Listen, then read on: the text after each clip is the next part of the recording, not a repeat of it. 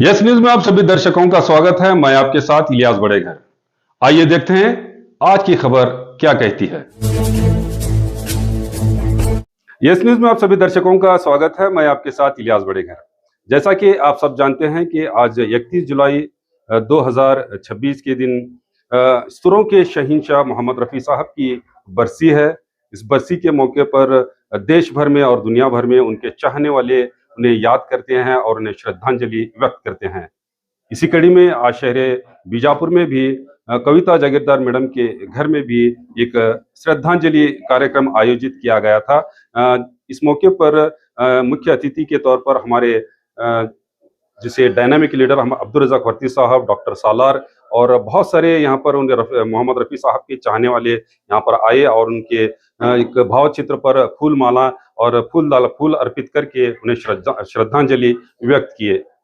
मैं आपकी जानकारी के लिए बता दूं कि आप सब जानते भी हैं कि मोहम्मद रफ़ी साहब को हमसे बिछड़े हुए कई साल हो गए, यानी 40 साल के ऊपर हो गए, मगर आज भी उनके जो गीत हर दुनिया के हर कोने में गुनगुनाए जाते हैं, पसंद किए जाते हैं। ये मोहम्मद रफ़ी साहब एक लेजेंड हैं जिन्हें दुनिया कभी भी नहीं भूल सकती। इस तरह के संगीत कार्यक्रम देखने के लिए देखते रहिए एस न्यूज़ चैनल।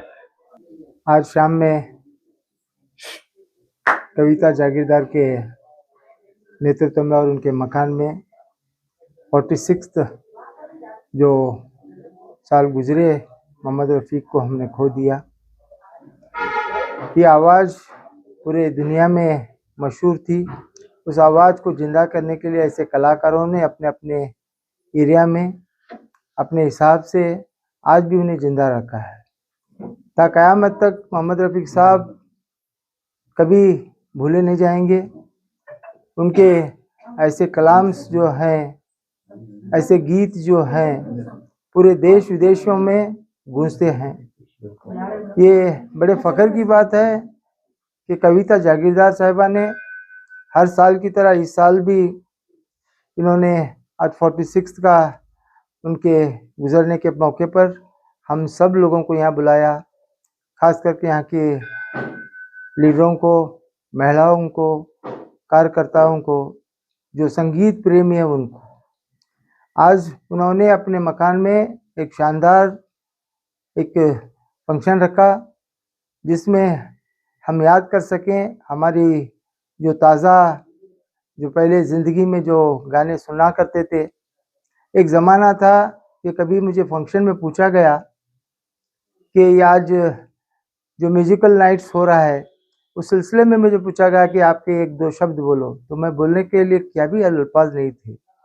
मगर एक चीज़ याद आई, जब मोहम्मद रफ़ी के गाने जो होते थे, अपने अपने एरिया में जो साहूकार लोग होते थे उनके घरों में एक रेडियो होता था।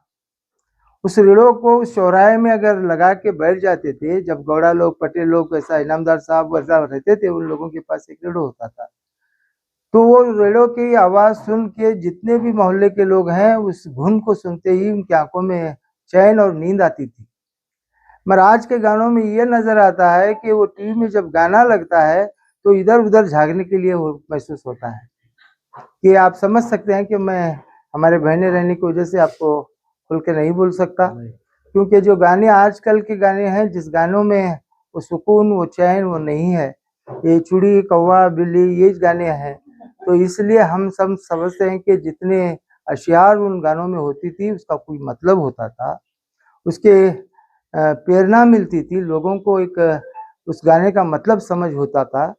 तो आज भी वो गाने वैसे ही महफूज हैं जिस तरह से उन्होंने छोड़ के गया था।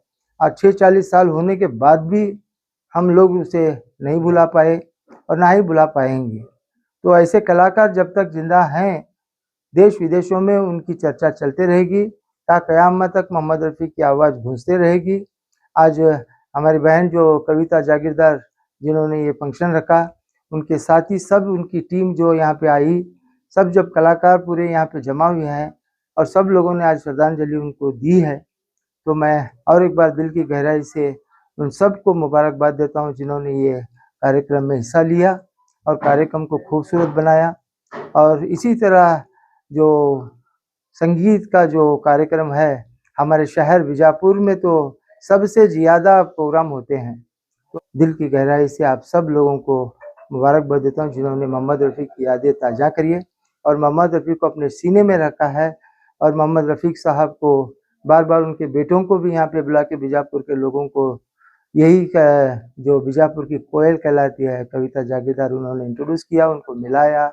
ये बहुत खुशी की बात है। आज हमारे बीच में मोहम्मद रफ़ी को कायम जिंदा रखने का काम उन्होंने किया। उन सब लोगों को मैं मुबारकबाद देते अपनी बात को ख़त्म करता हूँ। जय हिंद, जय कर्नाटक।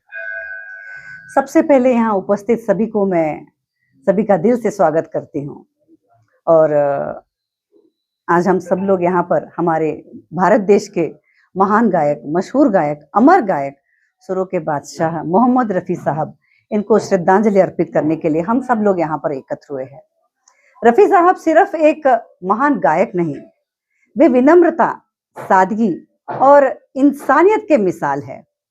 और उनके जो गीत है वो आज भी, और उनकी जो मधुर आवाज कहते हैं ना, मधुर आवाज आज भी करोड़ों लोगों के दिलों में जिंदा है। और उनकी आवाज कभी नहीं मिटेगी, क्योंकि सच्ची कला हमेशा अमर रहती है। और जैसे कि सर ने कहा कि उनके गीतों को सुन के सभी लोगों को एक खुशी, आनंद और सुकून सा महसूस होता है। ऐसा क्यों होता है बोले तो उनके गीत लोगों की भावनाओं से जुड़े हैं। कल ही धारवाड़ में एक डॉक्टर है, मंजुनाथ डॉक्टर, उनका सरनेम नहीं जानती हूँ।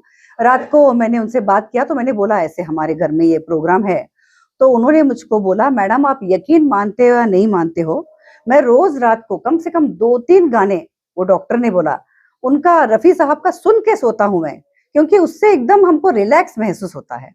तो इस तरह से लोगों की भावनाओं से जुड़े हुए रफ़ी साहब के गीत।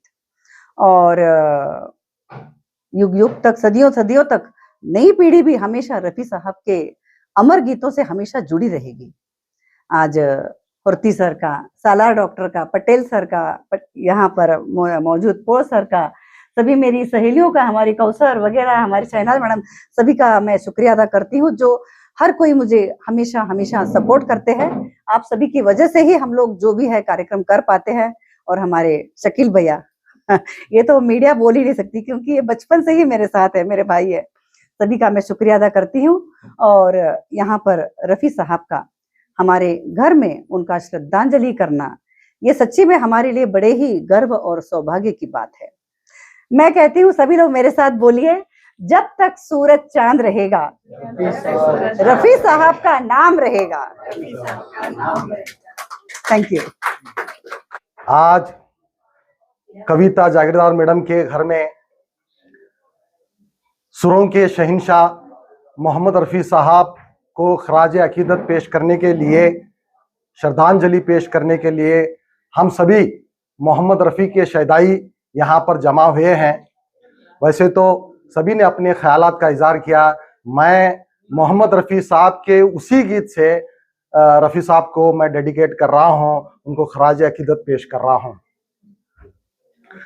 लोग मेरे ख्वाबों को सजा कर ढालेंगे अफसानों में, लोग मेरे ख्वाबों को सजा कर ढालेंगे अफसानों में। वक्त मेरे गीतों का खजाना ढूंढेगा, दिल का सुना साज तराना ढूंढेगा। मुझको मेरे बाद जमाना ढूंढेगा, दिल का सुना साज तराना ढूंढेगा। हिंदुस्तान देश के ना बल्कि पूरे दुनिया के एक मशहूर प्लेबैक सिंगर, जिन्हें शहजादा गुलकार कहा जाता है, मोहम्मद रफ़ी साहब का जो है बरसी जो है उनकी आज 31 जुलाई को पूरे विश्व भर में, पूरे देश भर में मनाई जाती है। ठीक उसी तरह जो है हमारे बीजापुर की कोयल, जिन्हें मैं लता मंगेशकर कहता हूँ, बीजापुर की, कर्नाटक की। कविता जागीरदार मेरी बहन जो है, पिछले कई सालों से जो है बीजापुर में उनकी बरसी हो या उनका जन्मदिन हो, चाहे वो एक ऑर्केस्ट्रा के तौर पर हो या अपने घर में हम तमाम लोगों को बुलाकर जो है बहुत ही शानदार पैमाने पर, भाई छोटा ही क्यों ना हो, बहुत अच्छे पैमाने पर मनाती हैं। मैं उनको मेरी तरफ से और जितने भी जो मौसीकी का शौक रखते हैं, हमारे सिंगर्स हैं, तमाम लोगों की तरफ से उनको मैं धन्यवाद देता हूं। और जो मोहम्मद रफ़ी साहब ने जितने गाने आज तक गाए हैं, वो इतने बेहतरीन गाने गाए हैं उन्होंने। आज भी अगर हम सुनेंगे, नौजवान पीढ़ी भी अगर सुनी है तो बहुत उसका मजा लेती है, लुत्फ लेती है, क्योंकि बहुत ही मतलब के गाने हुआ करते थे। उसी को जिंदा रखते हुए हमारी कविता जागीरदार हमारी बहन जो है बहुत अच्छा काम कर रही हैं। मैं मेरी तरफ से फिर एक बार आपको मुबारकबाद देता हूं। आप इसी तरह का प्रोग्राम आप आयोजन करते रहे, चाहे ऑर्केस्ट्रा हो या और इस तरह के जो श्रद्धांजलि देने का कार्यक्रम हो, हम आपके साथ हमेशा खड़े हैं। मैं हो यहाँ पे जितने भी यहाँ पे जिम्मेदार मौजूद हैं, चाहे हमारे बहनें यहाँ पे खड़ी हुई हैं, चाहे हमारे भाई लोग यहाँ पे खड़े हैं, तमाम लोग आपके साथ हैं। फिर एक बार मोहम्मद रफ़ी साहब की इस श्रद्धांजलि मौके पर उस ऊपर वाले से दुआ करता हूँ कि उनकी जो हयात हमको छोड़ के चले गए हैं, उनके गाने हमेशा, जब तक ये दुनिया रहेगी, उनके गाने गूंजते रहेंगे। हम उनके गानों का आनंद लेते हुए फिर एक बार आने वाले दिनों में भी जो है इस तरह के प्रोग्राम हम करते रहेंगे। हम हमेशा हम सब मिलकर जो है इस तरह का प्रोग्राम करेंगे, इसे उम्मीद करते हुए फिर एक बार जो है तमाम को जो है मोहम्मद रफ़ी साहब की बरसी पर आप जो तशरीफ लाए, आप तमाम को जो मेरी तरफ से और कविता जागीरदार मेडम तरफ से आपको तमाम का जो है धन्यवाद करते हुए अपनी बात को मैं खत्म करता हूँ। ಎಲ್ಲರಿಗೂ ನಮಸ್ಕಾರಗಳು। ಭಾರತೀಯ ಚಿತ್ರರಂಗ ಕಂಡಂತ ಅತ್ಯದ್ಭುತ ಹಿನ್ನೆಲೆ ಗಾಯಕರು ಮೊಹಮ್ಮದ್ ರಫಿ ಸಾಬ್ ಅವರ ಬಗ್ಗೆ ಮಾತಾಡೋಕೆ ತುಂಬಾ ಚಿಕ್ಕವರು ನಾವು. ಭಾರತೀಯ ಚಿತ್ರರಂಗದಲ್ಲಿ ಅಭೂತಪೂರ್ವ ಸಾಧನೆಯನ್ನ ಮಾಡಿದಂತವ್ರು. ಅವರ ವಿಭಿನ್ನವಾದ ಕಂಠ ಆಗಿರ್ಬೋದು, ವೈವಿಧ್ಯಮಯ ಗಾಯನ ಆಗಿರ್ಬೋದು, ಅದು ಹಿನ್ನೆಲೆ ಗಾಯನದಲ್ಲಿ ಸಾರ್ವಕಾಲಿಕವಾಗಿ ಬಹು ಹಿರಿಮೆಯನ್ನ ಸಾಧಿಸಿದಂತವ್ರು ಅಂತ ಹೇಳ್ಬೋದು. ಅವರ ಹಾಡುಗಳಂದ್ರೆ ಭಾರತೀಯ ಚಿತ್ರರಂಗದಲ್ಲಿ ಅನೇಕರು ಮನಸೋಲುವಂತ ಹಾಡುಗಳು. ಅವರು ಅದು ಹಿನ್ನೆಲೆ ಗಾಯನದಲ್ಲಿ ದುಃಖದ ಹಾಡುಗಳಾಗಿರ್ಬೋದು, ರೊಮ್ಯಾಂಟಿಕ್ ಹಾಡುಗಳಾಗಿರ್ಬೋದು, ಕವ್ವಾಲಿ ಆಗಿರ್ಬೋದು, ಗಜಲ್ ಆಗಿರ್ಬೋದು, ಆ ಸಂಗೀತ ಕೇಳುಗರ ಮನಸ್ಸಲ್ಲಿ ಇವತ್ತಿಗೂ ಕೂಡ ಹಚ್ಚ ಹಸಿರಾಗಿವೆ ಅಂತ ಹೇಳ್ಬೋದು. ಯಾಕಂದ್ರೆ ನಮ್ಮ ತಂದೆ ಕೂಡ ಒಬ್ಬ ಒಳ್ಳೆಯ ಸಂಗೀತಗಾರರಾಗಿದ್ರು. ಅವರು ಆ ಮೊಹಮ್ಮದ್ ರಫಿ ಅವರ ಹಾಡುಗಳು ಅಂದ್ರೆ ಅವ್ರಿಗೆ ಬಹಳ ಇಷ್ಟ. ನಾವು ಕೂಡ ಚಿಕ್ಕಂದಿರಿದ್ದಾಗ್ಲಿಂದಲೇ ಅವರ ಹಾಡುಗಳನ್ನ ಕೇಳ್ತಾ ಬೆಳೆದಂತವ್ರು. ಇವತ್ತಿನ ಈ ಆಧುನಿಕ ಹಾಡುಗಳ ಮಧ್ಯೆ ಆ ಗಾಯನಗಳು ಇನ್ನೂ ಕೂಡ ಜೀವಂತವಾಗಿವೆ. ಇನ್ನೂ ಸಾವಿರಾರು ವರ್ಷಗಳ ಕಾಲವು ಜೀವಂತವಾಗಿರ್ತವೆ ಅಂತ ಹೇಳ್ಬೋದು. ಅಂತ ಮಹಾನ್ ಗಾಯಕರ ಇವತ್ತು ಈ ಶ್ರದ್ಧಾಂಜಲಿ ಕಾರ್ಯಕ್ರಮವನ್ನ ಕವಿತಾ ಮೇಡಮ್ ಅವರು ತುಂಬಾ ಶ್ರದ್ಧೆಯಿಂದ ನಡೆಸ್ಕೊಂಡು ಬರ್ತಾ ಇದ್ದಾರೆ. ಎಲ್ಲಾ ಜನರನ್ನ ಇಲ್ಲಿ ಸೇರಿಸಿ ಅವರ ಹಾಡುಗಳನ್ನ ಮೆಲುಕು ಹಾಕುವಂತಹ, ಅವರನ್ನ ಮತ್ತೆ ಮತ್ತೆ ನೆನಪಿಸಿಕೊಳ್ಳುವಂತಹ ಒಂದು ಸಂದರ್ಭವನ್ನ ಎಲ್ಲರೂ ಅವರ ಈ ಶ್ರದ್ಧಾಂಜಲಿ ಕಾರ್ಯಕ್ರಮದಲ್ಲಿ ಭಾಗವಹಿಸುವುದರ ಮೂಲಕ ನಮ್ಮೆಲ್ಲರಿಗೂ ಒಂದು ಅವಕಾಶವನ್ನ ಮಾಡಿಕೊಟ್ಟಿದ್ದಾರೆ. ಅವರ ಗಾಯನವೆಂದರೆ ಜಗತ್ತು ತಲೆದೂಗಿಸುವಂತಹದ್ದು, ಎಂಥವರೇ ಆದ್ರೂ ಮೈ ಮರೆತು ಕೇಳುವಂತಹದ್ದು. ಅವರ ಗಾಯನ ಬೇರೆ ಬೇರೆ ಹಲವು ಭಾಷೆಗಳಲ್ಲಿ ಅವರು ಹಾಡುಗಳನ್ನ ಹಾಡಿದ್ದಾರೆ. ಕನ್ನಡದಲ್ಲಿಯೂ ಕೂಡ ಹಾಡುಗಳನ್ನ ಹಾಡಿದ್ದಾರೆ. ಅವರ ಗಾಯನದಲ್ಲಿ ಒಂದು ಮಾಂತ್ರಿಕತೆ ಅಂತ ಹೇಳ್ಬೋದು. ಆ ಮಾಂತ್ರಿಕ ಹಾಡುಗಳ ಅಂದ್ರೆ ಜನರಲ್ಲಿ ವಿಭಿನ್ನತೆಯನ್ನ ಸೃಷ್ಟಿ ಮಾಡುವಂತಹದ್ದು. ಸಾಮಾನ್ಯವಾಗಿ ಹಾಡುಗಳನ್ನ ಕೇಳಿದಾಗ ಮೈ ಮರೆಯೋದು ಬೇರೆ, ಮೊಹಮ್ಮದ್ ರಫಿ ಸಾಬ್ ಅವರ ಹಾಡುಗಳನ್ನ ಕೇಳಿದಾಗ ಮೈ ಮರೆಯೋದಲ್ಲದೆ ನಮ್ಮನ್ನೇ ನಾವು ಮರೆಯುವಂತ ಹಾಡುಗಳವು. ಅಂತ ಹಾಡುಗಳನ್ನ ಜಗತ್ತಿಗೆ ಕೊಟ್ಟು ಅನೇಕ ಪ್ರಶಸ್ತಿಗಳನ್ನ ಪಡೆದಂತವ್ರು, ಪದ್ಮಶ್ರೀ ಪ್ರಶಸ್ತಿಯನ್ನ ಪಡೆದಂತವ್ರು, ಫಿಲ್ಮ್ ಫೇರ್ ಅವಾರ್ಡ್ ಗಳನ್ನ ಪಡೆದಂತವ್ರು. ಇದು ಸಾಮಾನ್ಯರಲ್ಲಿ ಅಸಾಮಾನ್ಯರು ಅಂತ ಹೇಳ್ಬೋದು. ಮರೆತರೂ ಮರೆಯಲಾಗದಂತ ಮಹಾನ್ ಪುರುಷ ಅದ್ ಯಾರಾದ್ರೂ ಇದ್ರೆ ಅದು ಮೊಹಮ್ಮದ್ ರಫಿ ಸಾಬ್ ಅವರು ಅಂತ ಹೇಳ್ಬೋದು. ಅವರ ಗಾಯನಗಳು ಇನ್ನೂ ಸಾವಿರಾರು ವರ್ಷಗಳ ಕಾಲ ಜೀವಂತವಾಗಿರ್ತವೆ. ಕೇಳುಗರ ಕಿವಿಗಳಲ್ಲಿ ಹಚ್ಚ ಹಸಿರಾಗಿರ್ತವೆ, ಹಾಡುಗರ ಬಾಯಲ್ಲಿ ಹಚ್ಚ ಹಸಿರಾಗಿರ್ತವೆ. ಪ್ರತಿ ಕೇಳುವವರ ಮನಗಳಲ್ಲಿ ಅವು ಯಾವತ್ತೂ ಕೂಡ ಸಾರ್ವಕಾಲಿಕವಾಗಿ ಅವು ಮೆರೆಯುವಂತಹ ಹಾಡುಗಳು. ಆ ಹಾಡುಗಳನ್ನ ಕಿವಿಗಳಲ್ಲಿ ಕೇಳಿದಾಗ ಎಂತಹದ್ದೇ ನಾವು ಸಂದರ್ಭಗಳಲ್ಲಿದ್ರು ಕೂಡ ನಮಗದು ದುಃಖ ಆಗಿರ್ಬೋದು, ನಾವು ಬೇಜಾರಾಗಿದ್ರು ಕೂಡ ಅವರ ಹಾಡಿನ ಒಂದು ಲೈನ್ ಅನ್ನ ನಾವು ಕೇಳಿದಾಗ ಎಲ್ಲೋ ಕೂಡ ನಾವು ಕಳೆದು ಹೋಗ್ತೀವಿ. ನಮ್ಮ ದುಃಖ ಮರೆಯುವಂತಹ ಹಾಡುಗಳಾಗಿರ್ಬೋದು, ಸಂತೋಷವನ್ನ ಒದಗಿಸುವಂತ ಹಾಡುಗಳಾಗಿರ್ಬೋದು, ಅಂತಹ ಗಾಯನವನ್ನ ಕೊಟ್ಟಂತಹ ದಿಗ್ಗಜರವರು. ಅವರ ಬಗ್ಗೆ ಮಾತಾಡ್ಲಿಕ್ಕೆ ನಾವು ತುಂಬಾ ಚಿಕ್ಕವರು. ಅವರು ಬಹಳ ಉನ್ನತವಾದಂತಹ ಸಾಧನೆಯನ್ನ ಮೆರೆದಂತವರು, ಸಂಗೀತ ಲೋಕದ ಚಕ್ರವರ್ತಿ ಅಂತಾನೆ ಮೆರೆದಂತವರವರು. ಅವರ ಬಗ್ಗೆ ಇನ್ನೂ ಎಷ್ಟು ಹೇಳಿದ್ರು ಸಾಲದು. ಅಂತಹ ಒಂದು ಮಹಾನ್ ನಾಯಕರ, ಮಹಾನ್ ದಿಗ್ಗಜರ, ಮಹಾನ್ ಹಿನ್ನೆಲೆ ಗಾಯಕರ ಒಂದು ಶ್ರದ್ಧಾಂಜಲಿ ಕಾರ್ಯಕ್ರಮದಲ್ಲಿ ಕವಿತಾ ಮೇಡಮ್ ಅವರು ತುಂಬಾ ಶ್ರದ್ಧೆಯಿಂದ ನಡೆಸ್ಕೊಂಡು ಬರ್ತಾ ಇದ್ದಾರೆ. ಈ ಕಾರ್ಯಕ್ರಮಕ್ಕೆ ನನ್ನನ್ನು ಆಹ್ವಾನಿಸಿದ್ದಕ್ಕೆ ಅವರಿಗೆ ಧನ್ಯವಾದಗಳನ್ನ ಹೇಳ್ತಾ ಧನ್ಯವಾದಗಳು. अस्सलामुअलैकुम, नमस्ते। आज का मोहम्मद रफ़ी साहब का जो दिन बरसी मना रहे हैं हमारे कविता मैडम, हमारी बहन सिस्टर, उनके मकान में। उन्होंने तो हर साल ये मनाते हैं और इतना बड़ा काम कर चुके हैं हमारे बीजापुर में। उन्होंने कोई अच्छे लीडर बोलो या संस्था वाले बोलो, ऐसे रफ़ी साहब की फैमिली के मेंबर को कोई नहीं बुलाया। ये साल में या 1.5 साल में 2 मरतबा शाहिद रफ़ी साहब को बुलाकर हमारे संगीत प्रेमियों को जो बीजापुर के हैं उनको खुश करे। और एक संगीत रूह की ग़िज़ा है, आत्मा का ग़िज़ा है। तो हम हमेशा मैडम ये हमारे संगीत प्रेमियों को खुश करते हैं। और ख़ासकर मैं एक किस्सा सुना हूँ हमारे रफ़ी साहब का, सारी दुनिया जानती है। वो इतने सादे और लोगों को जो भी तकलीफ होती उनके मसले हल करते थे। मैं हमारे अन्नू कपूर साहब जो हमेशा टीवी में आते हैं, उन्होंने एक किस्सा बताया रफ़ी साहब का। एक ऐसा था, एक संगीत, हालांकि वो संगीत मतलब वो म्यूज़िक एक कंपोज़र थे कलकत्ते के, मगर वो नहीं बोले, उनके कोई रिलेशन थे। वो संगीत कंपोज़र के अन्नू कपूर को ख़त लिखे थे। ये ख़त आप हिंदुस्तान के तमाम लोगों को सुनाओ, जो एकता यानी कि इत्तेहाद कितना ये समझ में आता है लोगों को। जब रिकॉर्डिंग थी हमारे रफ़ी साहब की, तो एक संगीत जो कंपोज़र बहुत लेट से आया, मतलब घंटा 1.5 घंटा या 2 घंटे लेट से आने के बाद वो जो म्यूज़िक डायरेक्टर थे उसको डांटने लगे। तो फिर रफ़ी साहब के कानों में आवाज़ आई, फिर उनको बहुत बुरा लगा। वो सामने आए, आकर वो डायरेक्टर से पूछा, आप क्या बोल रहे हो? देखो, आप एक महान गायक हैं, हाँ, हिंदुस्तान के महान गायक, आप सबसे पहले यहाँ मौजूद हैं, ये सबसे लेट आता है। तो बेचारा उसके आंखों में आंसू आए। वो कहने लगा, क्या कहने लगा, आप सब बम्बई के लोग हैं, रात में बहुत बारिश आ गई। तो बारिश आने, आप तो जानते हैं, बारिश में मेरा एक कमरा था, तो वो कमरे में बारिश की वजह से बहुत छीने लगा।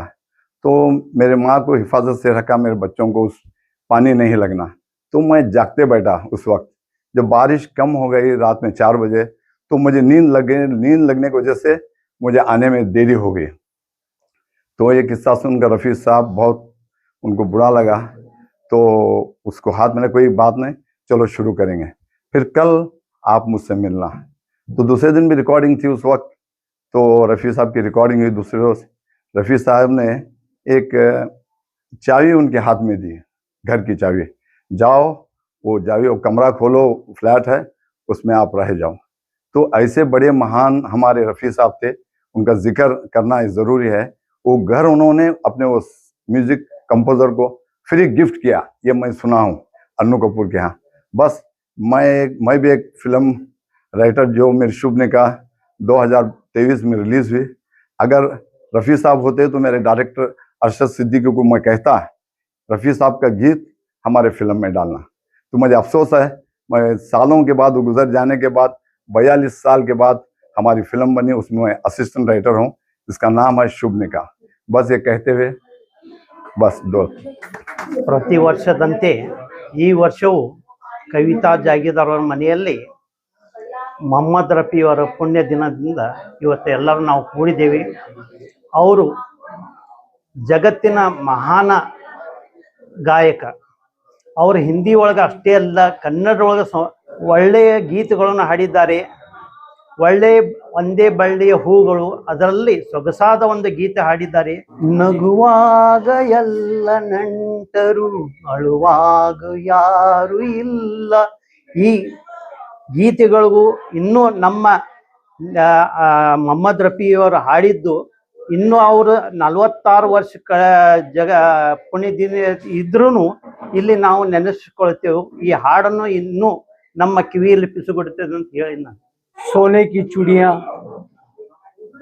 कर्नाटक की गायक से जाने जाने वाली कविता जागीरदार के घर में आज जो मरहूम मोहम्मद रफ़ी साहब की श्रद्धांजलि देने के लिए हम सब यहाँ इकट्ठा हुए हैं। 46 साल की श्रद्धांजलि देने के लिए हम जमा हुए हैं। फिर मुझे एक बात याद आ रही है। आवाज कम। 1963 की बात है। फिल्म थी दिल एक मंदिर। उस रिकॉर्डिंग के टाइम पे रफ़ी साहब की तबीयत बहुत नासाज थी, तो संगीतकार शंकर जयकिशन रिकॉर्डिंग के लिए वो रोकना चाह रहे थे। तो रफ़ी साहब की एक फितरत थी, आदत थी, जब किसी को डेट देते हैं तो वो date time to time attend करना, ये उनकी खासियत थी। ऐसी तेज़ बुखार हालत में भी रफ़ी साहब दिल एक मंदिर का एक गीत गाए और वो उस गीत में इतनी मधुर आवाज़ थी, वो आवाज़ में कभी कमी महसूस नहीं हुई। एक ऐसे गायक ये अपने प्रोफेशनल को, गायक को वो गायकी नहीं समझे, वो एक इबादत समझकर इस दुनिया में हम करोड़ों लोगों का दिल जीते हैं। तो फिर मैं आज उनकी श्रद्धांजलि के मौके पर बस अल्लाह से मैं दुआ करता हूँ जन्नतुल फिरदौस में उनको जगह अता करेंगे अल्लाह तबारक व तआला। बस ये कहकर मैं अब्दुल रज़ाक एस पटेल, सामाजिक कार्यकर्ता, जय हिंद, जय कर्नाटक।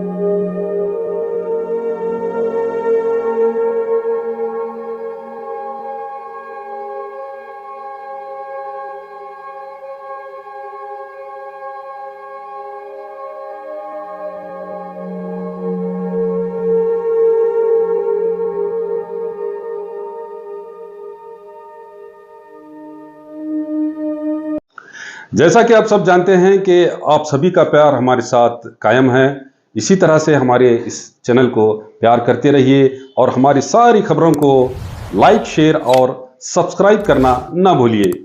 हमारा यही मकसद है कि आपको हर खबर जो है जैसा है वैसा ही आपको हम दिखाते रहेंगे, ना किसी का पक्ष लेंगे, ना किसी के विरोध में जाएंगे। हमारे कदम सच के साथ।